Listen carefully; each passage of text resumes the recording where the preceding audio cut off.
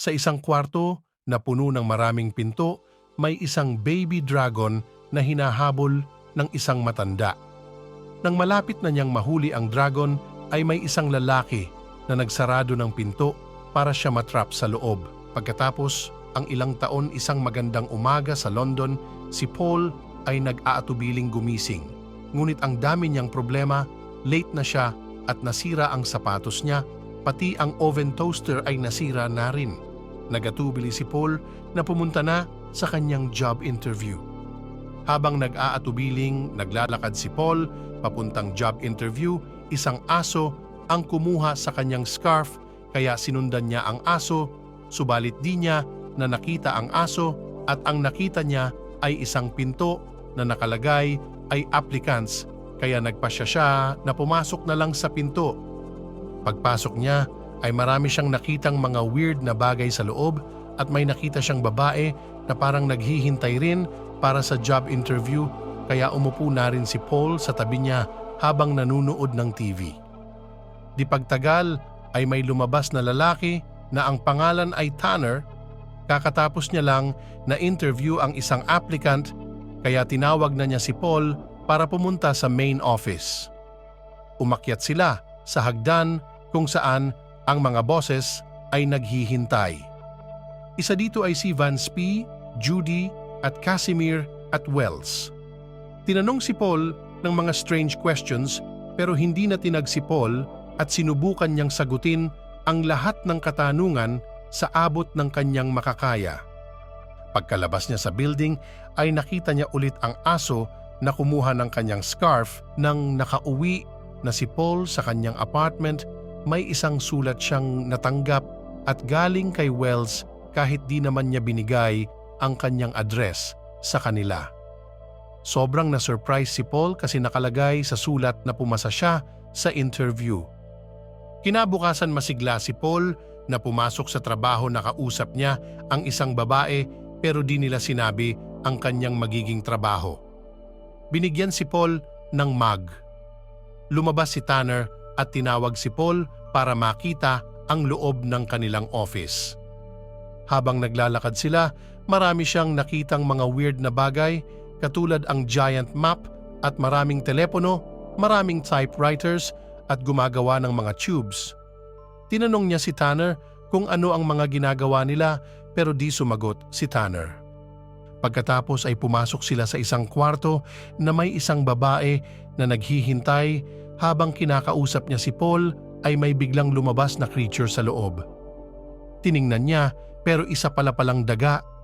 Dumating si Rosie at may mga dalang mga mapa. Sinabi niya ang gagawin sa mga map at ginawa na nga nila Sophie at Paul kahit confused sila sa kanilang ginagawa. At tanghalian na nga. Lumabas sila at nag-aya si Sophie ng coffee kay Paul. Pagkalabas nila ay nakita nila si Judy. May nakita silang babae na nakaupo at may isang lalaki na nakatayo na malapit sa fountain. Ang pamilya ng lalaki pala ay gumastos ng napakaraming pera para lang mapakasal sa babae na nakaupo sa bench. Tiningnan ni Sophie ang dalawa.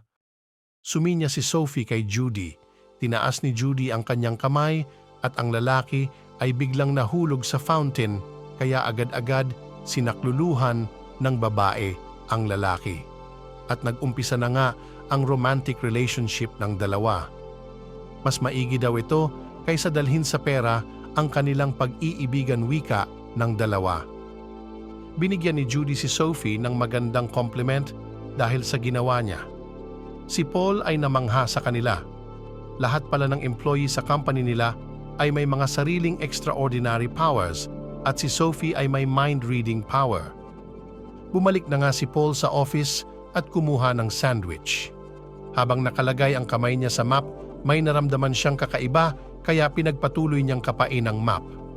Di pagtagal, pumasok si Wells at sinabi niyang ipagpatuloy ang kanyang ginagawa.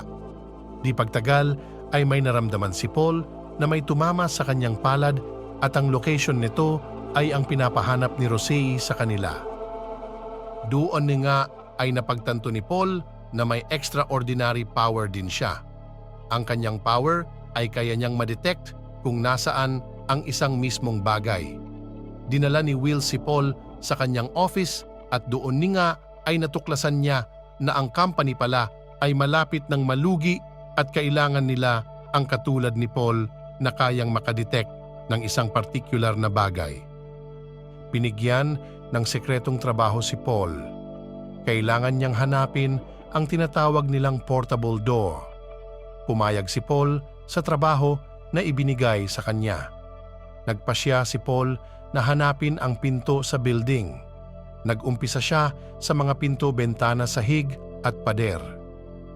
Isang gabi habang natutulog si Paul na naginip siya at biglang lumitaw si Casimir sa kanyang kwarto.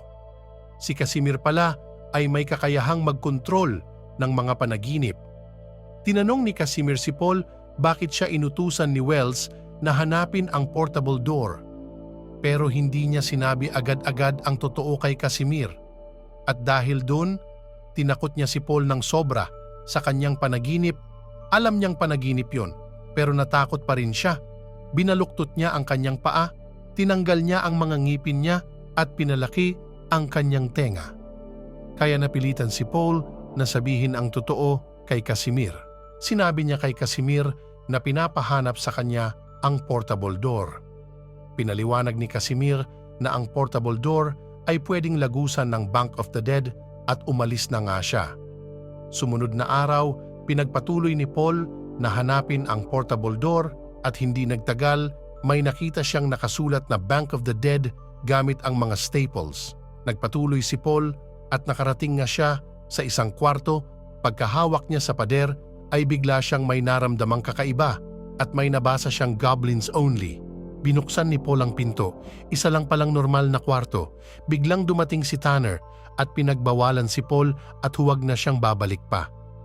Isang araw na atasan ni Judy si Sophie na hanapin ang nawawalang aso ng isang matanda. Ang asong nawawala pala ay ang asong kumuha sa scarf ni Paul. Samantala, si Paul ay ginagawa ang makakaya para mahanap ang portable door. Pumasok si Paul sa isang kwarto at nakita niya si Tanner na pinapagalitan si Sophie dahil sa kanyang kontrata. At doon nga ay sinamahan ni Paul si Sophie para maglibang muna. Sumunod na araw, nakasalubong ni Paul si Casimir. Tinanong ni Paul kung nagkita na ba sila. Sinabi ni Casimir na una silang nagkita sa job interview lang at hindi sa panaginip. Hindi mapakali si Paul, bumalik siya sa Goblin's room. Natuklasan niya na ang mga bagay pala dun ay mga illusion lamang. Nagpatuloy si Paul at napunta nga siya sa kabilang kwarto. Nakita niya ang mga iba't ibang kagamitang pang-magic at doon nga ay nakita niya ang isang stapler. Hinawakan niya at biglang may lumitaw na goblin. Ginabayan ng goblin si Paul para makita ang portable door at nang buksan na niya ang pinto, biglang naging isang towel ang pinto at napunta siya sa ibang lugar malapit sa kanilang office. Di sinasadya ni Paul na marinig ang kwentuhan nila sa loob ng kwarto. Dito nga ay natuklasan ni Paul na ginagamit lang pala ni Wells ang mga kaluluwa ng mga employees sa company as test subjects. Once na mag-sign sila sa kontrata nila, mawawalan na sila sa kanilang sarili. At ang susunod na target pala nila ay si Sophie. Na-realize ni Paul na hindi niya dapat ibigay ang portable door kay Wells. Sinubukan ni Paul na gamitin ang portable door pero di gumagana, kaya tiningnan niya ang instructions sa label ng towel. Sinubukan niya ulit at dito nga ay napunta siya sa isang supermarket. Dinampot niya ang towel at bumalik na siya sa company para makita si Sophie. Doon nga ay sinabi ni Paul ang tungkol sa towel at ang balak ni Wells sa kanya. Pinakita ni Paul kung paano gamitin ang portable door at napunta sila sa isang kwarto na puno ng mga pintuan. Doon nga ay may narinig si Sophie na humihingi ng tulong pero sinabi ni Paul na lumabas na sila. Sinubukan nila ulit at napunta nga sila sa apartment ni Paul. Sobrang namangha si Sophie at sinabi niya na pwede silang pumunta kahit saang mang lugar gamit ang portable door. Nagpasya silang pumunta sa Egypt, Alaska, nag-surf sila sa Jamaica at pinanood ang Aurora Borealis.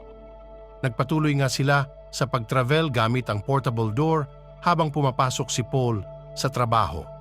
At dito nga ay unti-unti na silang nahuhulog sa isa't isa. Isang hapon, habang nasa isang beach, sila sinabi ni Paul na gusto niya si Sophie at sumagot si Sophie na gusto niya rin si Paul, pero ang problema, nag-sign na siya ng kontrata kay Wells. At hawak na ni Wells ang kanyang kaluluwa kaya hindi siya sigurado kung totoo nga ba ang kanyang nararamdaman para kay Paul. Nagpasya silang dalawa na hanapin ang kontrata ni Sophie at sirahin. Ang dalawa ay bumalik sa company at nakasalubong nila si Tanner.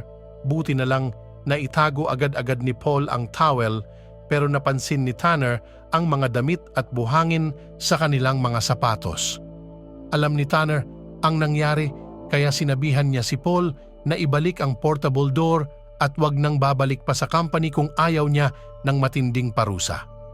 Nag-usap ang dalawa tungkol sa kontrata ni Sophie kaya nagpasya sila na bumalik ng gabi. Doon nga ay pumuslit sila. Ang portable door ay hindi compatible na makapunta agad-agad sa kwarto ni Wells at ang nangyari ay napunta sila sa iba't ibang lugar sa company. Di pagtagal ay napunta sila sa isang tunnel at doon nga ay nakita nila ang mga goblins. Sa takot ay kumaripas sila ng takbo at napunta nga sila sa Goblin's Door. Doon ay nakita nila si Tanner na isa rin palang goblin na leader ng Goblin's clan. Lumitaw si Wells, sinabihan sila ni Wells na umalis na lamang pero tumanggi si Tanner. Sabi niya na walang saysay ang mga wizards pag wala silang mga goblins. Naglaban silang dalawa habang tumatakas si Paul at Sophie. Ginawang mga stapler ni Wells ang mga ibang goblins. Ginamit ni Paul ang towel ngunit natrap sila sa loob ng kwarto kung saan ay nasa loob ang tatay ni Wells. Sinabi ni Wells Sr. na pinasok siya ng kanyang anak sa loob para ma-manage niya ng mag-isa ang company nila, hindi para sa kabutihan kundi sa kasamaan. Doon nga ay sinubukan ni Paul na hanapin ang pintuan para makalabas sila sa loob gamit ang kanyang kakayahan. Sinabihan siya ni Wells Sr. na binuksan na niya lahat ng pintuhan pero walang nangyari. Pero hindi sumuko si Paul at natuklasan niya ang pintuan papalabas. Agad-agad pumunta si Wells Sr. sa kanyang anak at nagsimula ng laban. Nagpalitan sila ng mga magic powers sa loob ng Goblin's Room. Ang isa dito ay nakalagay sa isang net. Pinakawalan ito ni Wells Sr. at dumating si Judy, sila pala ang tatay at nanay ni Tanner. Samantala, natrap si Senior Wells at Sophie dahil sa magic ng kanyang anak. Sinubukan ni Paul na iligtas sila pero di siya makalapit. Dumating na din ang mga ibang members ngunit sinabi ni Wells na papatayin niya ang tatay niya at si Sophie pag lumapit pa sila. Nakipagkasundo si Paul na ibibigay na lang niya ang kanyang kaluluwa kay Wells kapalit sa kalayaan nilang dalawa. Sumang-ayon naman si Wells dito. Nakipag-usap si Sophie gamit ang kanyang mind power. Kay Paul, sinabihan niya si Paul na kaya niyang gumawa ng maraming pintuan kung gugustuhin niya. Binuksan niya ang dead bank at doon nga ay binigay ni Paul ang kontrata ni Wells sa kanyang tatay sa isang babae at biglang nawala ang power ni Wells. Doon nga ay nahuli na si Wells. Pinasok ni Wells Sr. ang kanyang anak sa loob ng kwarto na puno ng pintuan. At nagpasya si Wells Sr. na sirain na ang label instruction ng towel para wala nang makagamit dito. At nang makabalik si Paul, nag-celebrate ang lahat at hinalikan ni Paul si Sophie. Dinala ni Paul ang towel at tinapon sa isang laundry truck para wala nang makagamit dito. Di nagtagal na punta ang towel sa isang hotel at aksidenteng nakast ng maid ang spell.